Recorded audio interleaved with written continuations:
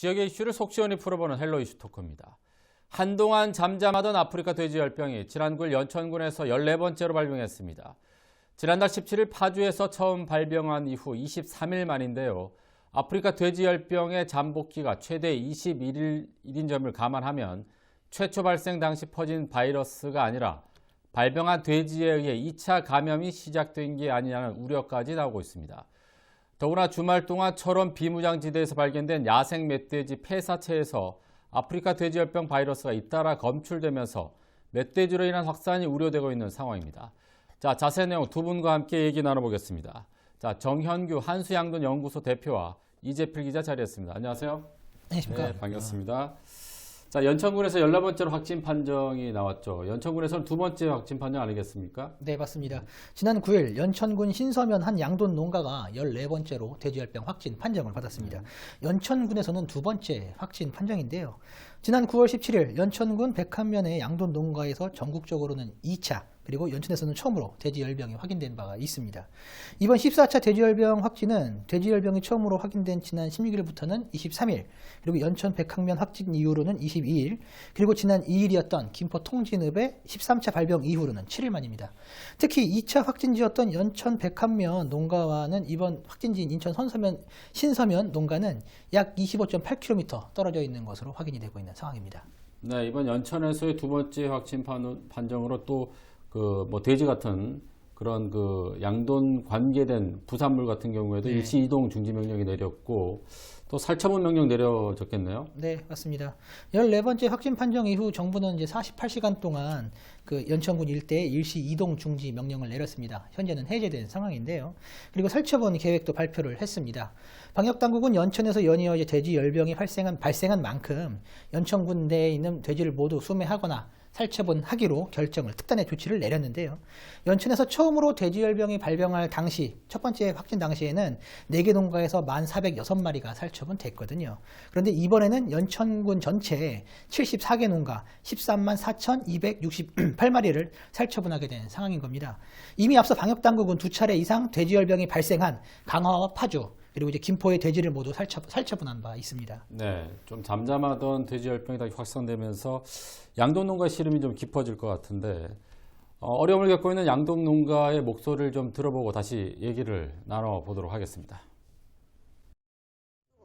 구제역이고 코레라고 백신이 있어가지고 워낙 정부에서 이제 막 하라고 다스리니까 이게 뭐냐 백신을 안 하면 과태료 물리고 벌금 물리고 이러니까 농장에서 백신 접종을 잘하니까 그런 건 없었는데 이번에 온 코레라 이 아프리카 코레라는 백신도 없고 치료도 안 되고 이게 그러니까 세계적으로 그냥 가만히 손 놓고 앉아서 그냥 기다리는 이런 영국이니까 더 비상이 걸려가지고.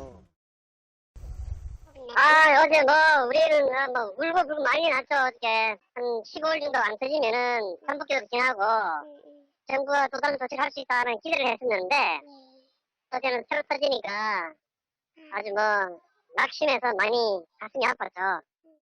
마음이 아프죠. 청년도 구제역 때 걸리고 또 묻고 좀 어느 정도 지금 회복 단계인데 지금 또 다시 하면은 또 농가들이 좀 힘들고 그렇죠. 뭐 정부에서 지시해놓은 대로 해야죠 어떻게. 네, 농민들의 안타까운 목소리를 좀 들어봤는데요. 지금 연천에서 이제 두 번째, 총 14번째 이제 확진 판정이 나면서 굉장히 우려의 목소리 높아지고 있고요. 주말에는 또 강원 철원에서 민통선 지역이지만 이제 멧돼지에서 아프리카 돼지열병 바이러스가 검출됐거든요. 강원 지역까지 확산되는 게 아니냐는 우려가 낳고 있는데 어떻습니까? 지금 이번 14차 발생했던 농장도 철원 굉장히 가까운 지역이고 특히 이제 이번에 멧돼지는 철원에서까지 발견이 됐습니다. 이거는 이미 강원도까지 확산될 위험성이 일반 농가에서 굉장히 높다고 생각이 됩니다. 특히 이 질병은 집돼지하고 멧돼지의 폐사를 일으키고 서로 오가면서 질병을 전파하는 그런 상황을 보일 수 있기 때문에 제가 보기에는 멧돼지에서 먼저 강원도 지역에서 발생됐다는 것은 강원도 지역의 농가에서도 언제든지 발생해도 이상하지 않다 이렇게 생각이 됩니다. 네, 13번째 확진 판정이 나기까지 이제 정부에서는 강력하게 방역 대책을 추진해왔고 또 잠잠했기 때문에 조금 소강 상태에 들어가지 않냐 하는 생각을 좀 했었는데 정부에서는 좀 당혹스럽겠어요? 네, 맞습니다. 농식품부는 이제 지난 9일 경기도 고양과 동두천, 양주와 강원 철원, 그리고 지난 9월 17일 확진 판정을 받은 연천 발생 농가 10km 밖의 지역을 이제 완충 지역으로 설정을 했거든요. 그러니까 이 완충 지역이 뭐냐면 발생 지역 주변에 이제 완충 지역이라는 것을 지정을 해서 주요 연결 도로와 이제 하천 등을 이제 집중 방역을 해서 이제 돼지열병의 확산을 차단하겠다는 이런 생각이었는데, 그러니까 경기 남부 지역으로의 돼지열병 확산을 막겠다는 이런 의지가 굉장히 강했던 겁니다. 그런데 완충 지역 지정을 발표한 그날 완충 지역이었던 연천 농가에서 돼지열병 의심 신고가 있었고요. 다음 날인 10일 확진 판정을 받았죠. 예. 그래서 완충 지역으로서 이제 의미가 없어졌습니다. 정부는 당혹스러워했는데 연천 지역 전체를 완충 지역에서 제외했습니다. 네, 완충 지역이라는 게 이제 그 확산을 막기 위한 어떤 마지노선 같은 그런 곳이었는데 이제 네. 마지노선이 무너진 뭐 그런 느낌이네요. 정부의 걱정이 클 것 같은데, 자, 김포 파주에 의해서 연천 지역에서 이제 발병이 되면서 김포 파주는 이미 뭐 전량 저 살처분하고 수매를 마쳤거든요. 근데 연천 지역도 이제 정부가 그렇게 하겠다고 발표를 했는데 이제 농민들이 좀 반발을 하고 있습니다. 예, 많이 반발을 하고 있습니다. 제 연천 지역 같은 경우는 발생한 두 농장 간의 거리가 굉장히 멀고 또 하나는 주변에 농가들이 굉장히 많습니다. 그래서 넓은 지역에서 두 농장만 발생이 돼 있기 때문에 이제 농가들이 굉장히 반발하고 있고, 이건 당연히 농가 입장에서는 그렇게 할 수 있을 거라고 생각이 됩니다. 왜냐하면 워낙 피해가 크고 한번 이렇게 수매 살처분하고 나면 다시 재개하기까지는 굉장한 오랜 시간이 걸리게 될 겁니다. 특히 구제역과는 달리 백신이 없기 때문에 주변에서 계속 발생하고 있고 어려운 상황입니다. 그래서 여러 가지 자금 지원이라든지 이런 것도 많이 필요하게 될 거고, 또 하나는 이렇게 결정한 거가 결국은 어떤 과학적인 판단인지 정책적인 판단, 이런 거에 대한 농가들의 반발이 지금 굉장히 계속되고 있습니다. 그럼에도 불구하고 정부는 이제 어쩔 수 없이 확산을 막기 위해서 전량 살처분하든가 이제 수매를 하고 있잖아요. 그런데 이제 정부로서는 뭐 이 같은 것이 이제 최선의 방책이긴 한데, 지금 더 걱정스러운 것은 아까 제가 서두에서도 말씀드렸지만 이게 잠복기가 지난 이후에 이제 발병했기 때문에 2차 감염이 아닌가 이런 우려가 좀 있습니다. 이 부분은 어떻게 생각하십니까? 그 부분은 두 가지를 생각할 수가 있습니다. 네. 연천에서 지금 마지막 발생한 14차 같은 경우는 1차 발생했던 많은 농장들 중에 어디에서 이쪽으로 확산되었을 수 있는 경우가 하나가 되겠습니다. 또 하나는 지금 지역 주변, 특히 민통선 안에서 멧돼지에서 계속 양성 사체가 발견되고 있습니다. 그렇다고 그러면 양성 멧돼지에서부터 직접 농장으로 전파되었을 가능성도 하나가 또 가능성이 있습니다. 그렇기 때문에 특히 양성 멧돼지에서부터 지금 이번에 발생한 농장까지는 거리가 상당히 가깝습니다. 한 10km 정도 되는 걸로 지금 나와 있는데, 그렇다고 보면 어느 쪽인지는 아직 확실하진 않지만 두 가지 가능성 다 있다고 지금 봐야 됩니다. 지금 감염 경로에 대한 여러 가지 추측들이 나오고 있는데, 지금 현재로서는 이제 멧돼지에 대한 전파 가능성이 높게 평가가 되고 있습니다. 자, 이와 관련된 리포트를 보고 계속 얘기 나눠보도록 하겠습니다. 한 양돈 농가 주변 야산입니다. 언덕 중간이 폭탄을 맞은 것처럼 파헤쳐졌습니다. 지난밤 야생 멧돼지 무리가 나타났던 흔적입니다. 겨울을 앞두고 멧돼지들의 먹이 활동이 왕성해지면서 농가 출몰이 부쩍 늘었습니다. 요즘에는 번식기라서 더 양이 늘어난 것 같아요. 그래서 무리지어서 다니는 걸 아주 자주 목격할 수 있습니다. 전국적으로 야생 멧돼지 수는 2017년 100헥타르당 5.6마리에서 지난해 5.2마리로 감소했습니다. 하지만 경기도의 경우 같은 기간 멧돼지 개체 수가 2배 가까이 증가했습니다. 문제는 이렇게 늘어난 야생 멧돼지가 아프리카 돼지열병을 전파할 수 있다는 겁니다.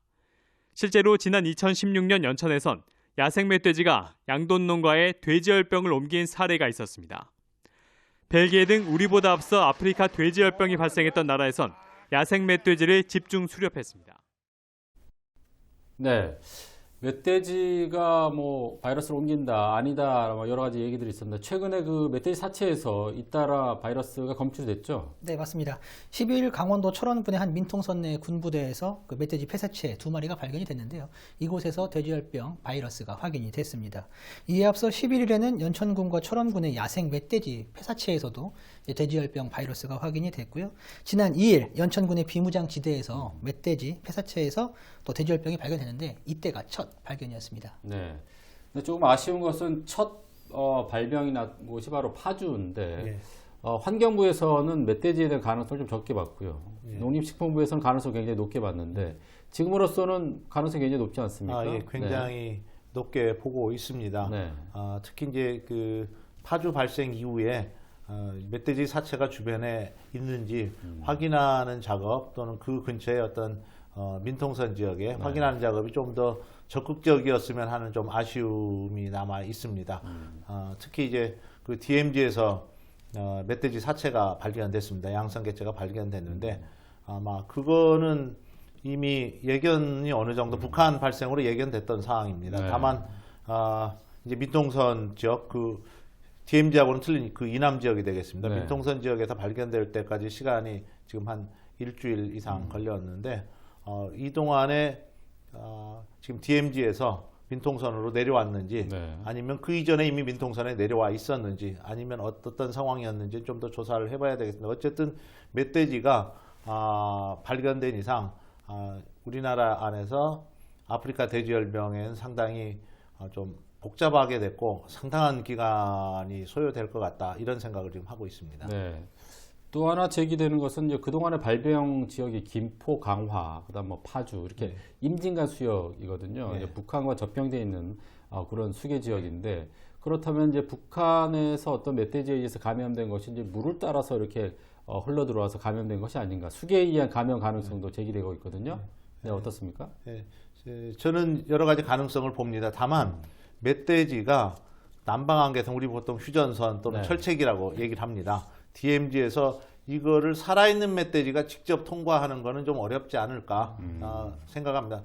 그렇지만 그 멧돼지의 사체라든지 분변, 배설물 같은 거하고 접촉한 뭐 고양이, 쥐, 그 다음에 야생 온갖 새 등 온갖 야생동물들은 다 전파 매개체가 될 수 있습니다. 그래서 이 철책만 살짝 옮겨주면 지금 사체가 발견된 민통선으로 옮겨질 수가 있습니다. 이 가능성은 계속 제기가 됐던 겁니다. 그래서 만약에 이렇게 전파가 된다면 전파 가능성이 굉장히 높고 전파가 된다면 직접 살아있는 멧돼지가 아니라 이런 중간 매개체를 통해서 살짝 넘어올 수 있을 거다. 그러면 그 다음부터 이제 민통선에서 남쪽으로 퍼지는 것은 뭐 시간 문제입니다. 네. 그래서 이런 가능성에 대해서 많이 했고 아마 이런 가능성 또 홍수 때 떠내려 일부 사체가 그렇지만 통째로 사체가 떠내려오기는 굉장히 힘듭니다. 여러 가지 상황을 보면 일부 훼손된 사체는 작은 조각들이 떠내려올 수는 있습니다. 그렇지만 저희는 쉽게는 현재는 야생동물 중간 매개체를 통할 가능성이 더 많지 않을까 이런 가능성은 지금 생각하고 있습니다. 하지만 이 모든 것이 북한에서 바로 왔다는 전제가 깔리는 거기 때문에 상당히 조심스러운 부분이 조금은 있기는 합니다. 그래요. 지금 감염 경로가 무엇인지에 대한 파악이 굉장히 중요한데 지금까지 방역 당국은 뭐 어떻게 파악하고 있나요? 네, 현재까지 모두 14건의 이제 아프리카 돼지열병이 확진이 나왔죠. 네. 근데 아직까지 확진 농가들 간 역학관계가 확인된 바는 아직까지는 없습니다. 특히 일시 이동 금지가 이제 이어지면서 이번에 14차 확진된 연천의 농장에는 드나든 차량도 없는 것으로 현재까지는 지금 확인이 되고 있는 상황이거든요. 그러니까 말 그대로 오리무중이에요. 그래서 김포도 이제 2번의 돼지열병 확진으로 지역 내 모든 돼지가 살처분되는 아픔을 겪었죠. 근데 당시 정하영 김포시장은 이제 SNS를 통해서 발생 원인과 경로조차 파악할 수 없는 안타까운 상황이 계속되고 있다라고 말을 하면서 이제 답답한 마음을 SNS에 토로를 하기도 했습니다. 그런데 최근 앞서 말씀드렸지만 경기도 연천과 강원도 철원 등에서 멧돼지 사체에서 이제 아프리카 돼지열병 바이러스가 확인이 되고 있죠. 모두 이제 DMZ 철책과 멀지 않은 이제 접경 지역인데 이런 멧돼지에 의한 전파 가능성도 현재까지 이제 배제할 수 없는 그런 상황이 돼버린 겁니다. 이게 환경부는 이제 멧돼지를 이제 모든 전파 가능성을 열어두고 멧돼지를 포함한 그 모든 매개체, 바이러스를 나를 수 있는 모든 매개체에 대한 감염 경로, 감염 가능성을 열어두고 조사 중에 있다. 라고 입장을 밝히고 있는 그런 상황입니다. 네, 그동안 방역 당국이 이제 방역을 굉장히 강화를 했는데 이번에 다시 14번째 발병을 하고 또 강원도에서도 이제 바이러스가 검출이 되면서 더욱더 강화될 것 같은데 어떻습니까? 네, 우선 현재 경기와 강원 4개 지역을 이제 중점 관리 권역으로 이제 지정을 했고요. 이 경기 고양과 포천 등 완충 지역을 뒀죠. 네. 이 경기 남부 권역 주요 연결도로와 하천에 대한 방역을 강화하고 있는 그런 상황인데요. 발생 지역에 대해서는 앞서 김포와 연천의 사례로 말씀드렸다시피 예방적 살처분을 원칙으로 하고 있는 그런 상황입니다. 그리고 이제 앞서 멧돼지 사치에서 돼지열병이 확인이 되면서 이제 확인된 점 말씀드렸잖아요. 이에 철원과 연천 등 야생 멧돼지 폐사체가 발견된 지역은 감염 위험 지역으로 이제 지정을 했습니다. 그리고 감염 위험 지역 주변에는 멧돼지의 이동을 차단할 수 있는 이 철책을 설치하기로 했고요. 인천과 서울, 북한강, 고성 등 이북 7개 시군을 경계 지역으로 설정을 하고 14일부터 멧돼지 포획 작업을 이제 시작을 했습니다. 네. 여기 이제 강원도의 경우에는 남방 한계선으로부터 10km 이내의 양돈 농가를 대상으로 희망자에 한해 돼지를 돼지 네. 전부를 네. 전량 수매키로 하기도 했습니다. 네. 네. 지금 뭐 우리가 9월 달부터 이렇게 아프리카 돼지열병으로 이제 온 나라가 난리가 났는데 다른 나라는 이미 벌써 지난해 아시아 같은 경우 지난해부터 발병이 됐죠. 중국이라든가 북한이라든가 다른 지역 사례 좀 말씀 좀 해주시죠. 지금 아프리카에 있던 이 질병이 1957년 네. 포르투갈 리스본으로 아프리카에서 이제 옮겨졌었습니다. 네. 그다음에 60년도에 스페인, 그다음에 2007년도에 이제 러시아라든지 네. 그루지아, 지금 조지아라고 부릅니다. 네, 그 네. 지역으로 이제 퍼졌고, 다만 여기서 스페인 같은 경우는 1995년까지 약 35년, 약 36년 가까이 돼서 이 박멸에 성공을 한 케이스가 유일한 케이스가 지금 남아 있습니다. 네. 그 뒤에 이제 뭐 동유럽 지역, 체코라든지 이런 데 발생했고, 이제 문제가 되는 것은 중국부터입니다. 네. 작년 8월에 중국에 첫 발생이 되면서 그렇죠. 굉장히 빠르게 아시아 전 지역으로 퍼졌습니다. 물론 북한에도 금년 5월 달에 보고가 됐습니다. 네. 그래서 현재는 아마 유럽에서는 아마 이 아시아처럼 큰 피해는 그렇게 없었습니다. 다만 멧돼지에서는 굉장한 피해를 보고 발생이 됐었습니다. 근데 아시아 지역으로 오면서 이제 일반 양돈 농가까지 피해를 보기 시작을 했습니다. 특히 중국 같은 경우는 지금 비공식 자료로는 약 2억 마리 정도가 그 영향을 받고 있다 이렇게 얘기를 하고, 전 세계적으로 보면 전 세계의 약 75% 정도의 돼지가 이 아프리카 돼지열병이 발생한 국가에서 사육되고 있고 이미 영향권에 있기 때문에 세계적으로 돼지고기 수급도 많이 문제가 되고 있다. 지금 이렇게 알려져 있습니다. 굉장히 심각한 예. 사례네요. 스페인 아까 말씀하셨는데 36년 만에 네. 돼지열병을 잡았다 이렇게 말씀하셨는데 예. 걱정스럽습니다. 해외에서 좀 좋은 사례가 있나요? 이렇게 좀 예. 빨리 방역을 예. 한 사례가 체코 같은 경우라든지 네. 벨기에 같은 경우가 있는데, 다만 이런 경우에는 그 멧돼지에서만 발생했던 케이스였습니다. 네. 그리고 그쪽에서는 다 땅이 평지였기 때문에 뭐 펜스를 친다든지 한쪽으로 몬다든지 하는데 굉장히 유리한 조건이었습니다. 주변의 양돈장은 다 매몰하고 발생이 안 된 상태에서 멧돼지만 대상으로 했기 때문에 굉장히 쉬웠습니다.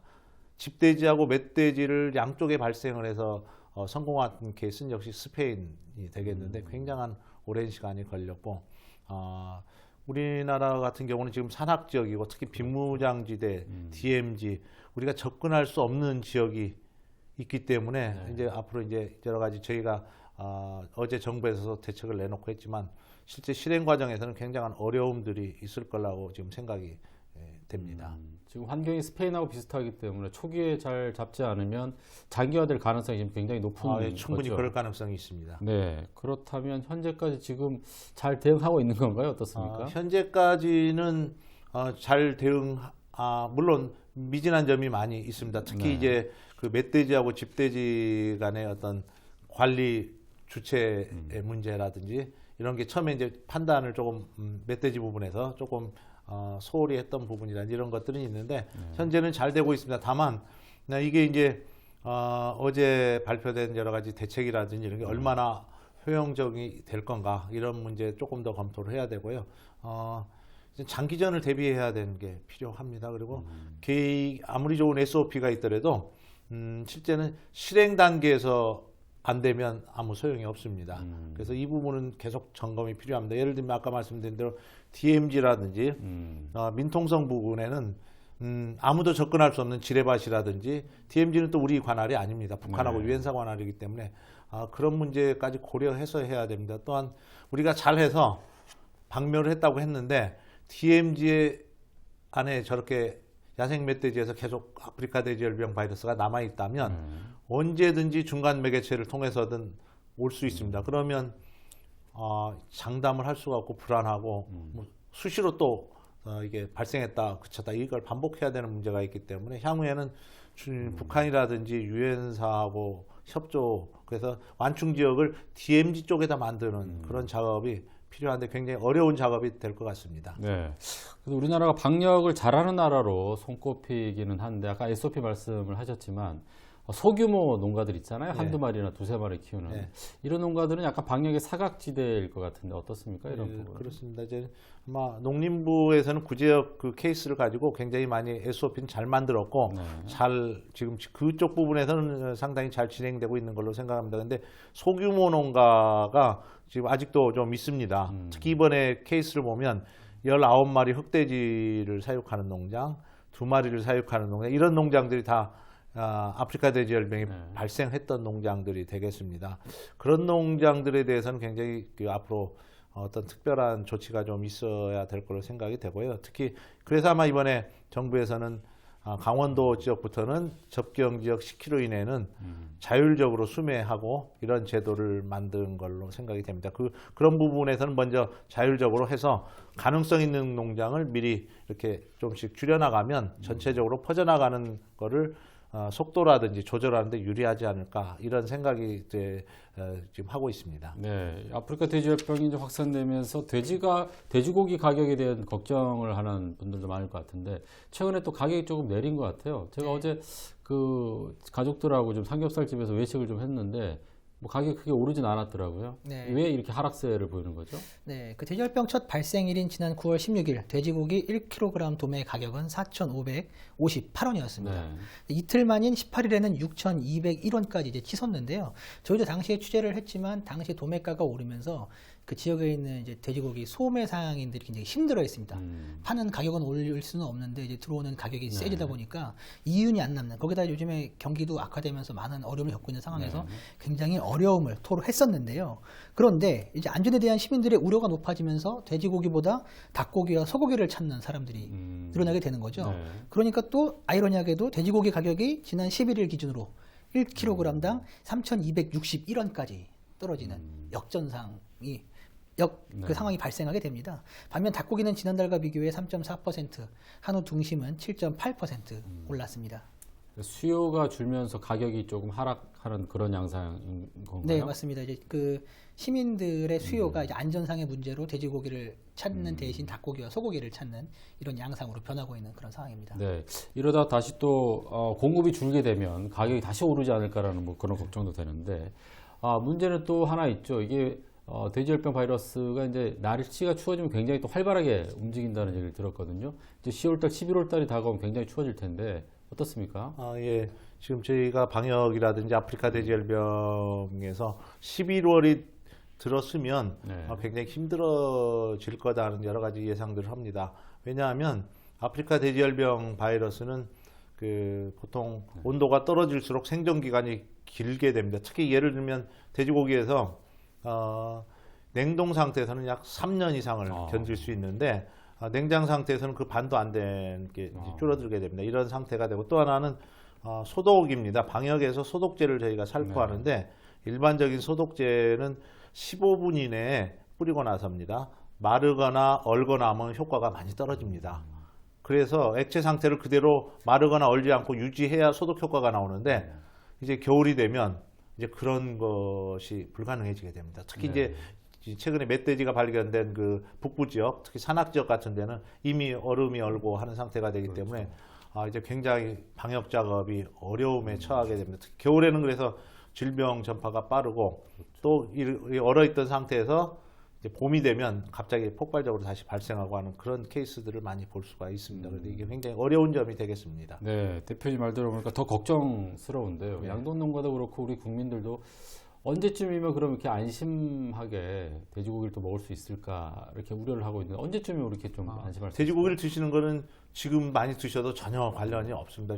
지금 소비가 많이 줄고 특히 단체 급식에서 거의 반 정도로 이제 급식이 줄었습니다. 그러면서 생산가 지금 판매가가 아마 지금 지육 단가로 해서 3,000원대 초반인데 실제 생산 원가는 4,000원 정도 됩니다. 그 이상 됩니다. 그런데 그렇기 때문에 농가들이 굉장히 이중고를 겪고 있습니다.